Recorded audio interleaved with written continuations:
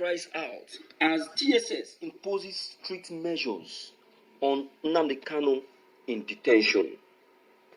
See reaction.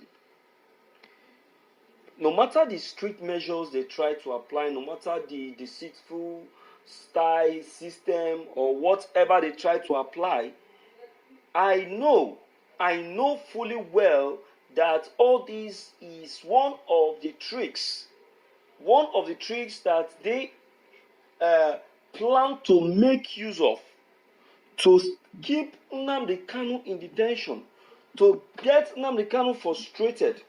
But instead of Nnamdi Kanu getting frustrated, Nnamdi Kanu is getting motivated, just like I said in my other broadcasts. You understand? Let's check the content, my dear listeners. This is evening news. The indigenous people of Biafra, Ipob, on Saturday accused the Department of State Services (DSS) of placing a strict measure on its leader, Nnamdi Kanu, in detention. Ipob said DSS has refused to allow Kanu spend the approved time with his visitors. Spokesman of Ipob, Ïmpøsses, said DSS has restricted Kanu's time to receive visitors from 2 hours to 30 minutes. In a statement he signed, Powerful accused DSS of flouting court orders that allow Kanu to receive visitors for 2 hours.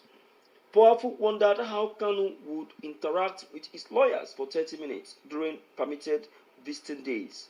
He accused the secret police of torturing Kanu psychologically.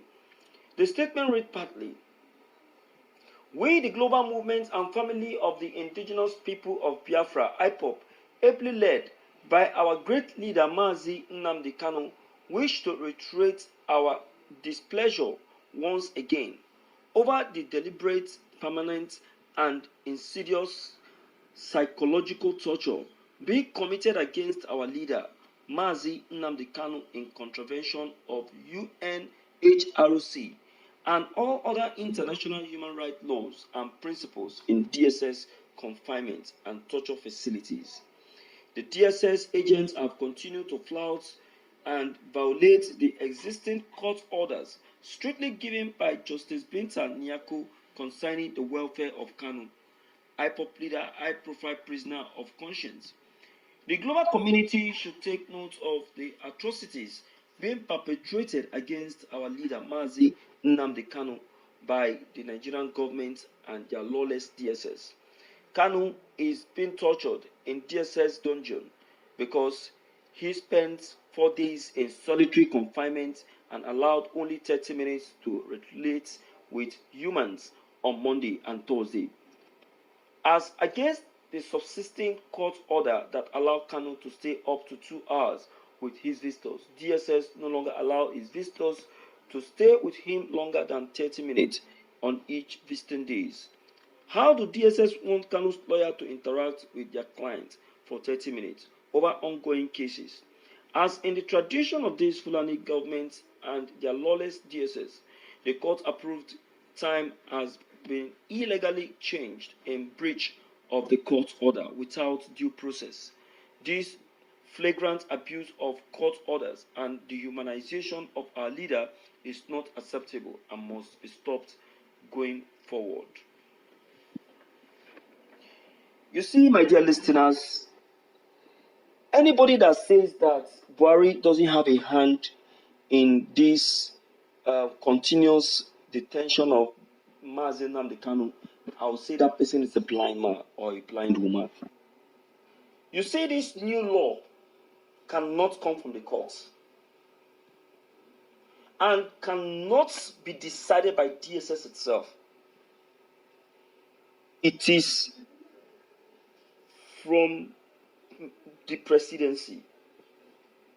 And the reason why they took this very decision is because they have seen possibility that Nnamdi Kanu is very close to his freedom. They have seen it. So they are afraid. They are afraid that soon Nnamdi Kanu will be released.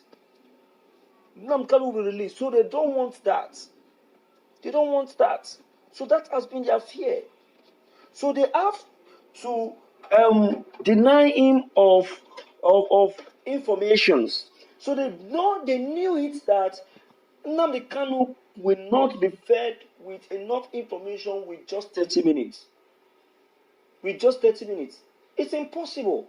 It is illegal. How can you be assigning Nnamdi Kanu's lawyers 30 minutes to talk to their clients?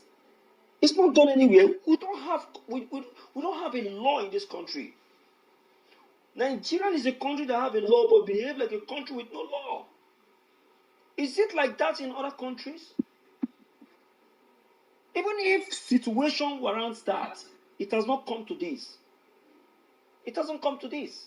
Because on a normal ground, Nnamdi Kanu is winning the federal government on a flat ground with proofs.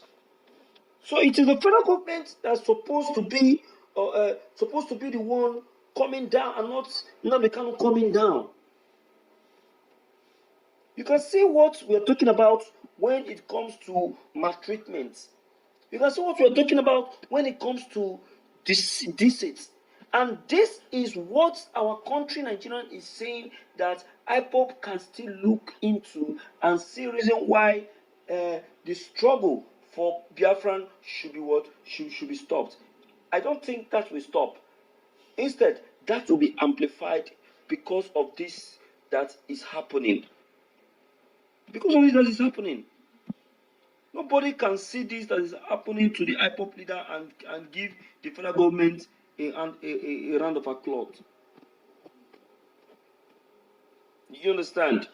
And that justice. So, my dear listeners, it's so worrisome and also disturbing. Seeing that the Ipob leader is undergoing continuous torture, which he is not supposed to.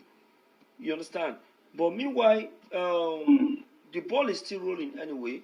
We would like to hear from you and also to know what's your take and your own opinion on this that is currently going on in DSS custody. Do you agree with the DSS for this action they have taken by reducing the time frame for Nnamdi Kanu to meet with his visitors? If you're not, and if you're against or in support, why don't we hear from you? Let's know what's your take and what's your opinion and your worries about this maybe. Don't forget your comments still are very, very important. Don't forget to leave them below the comment section. Click on the subscription buttons as well as the bell buttons to get updated each time we upload any new videos. Thank you.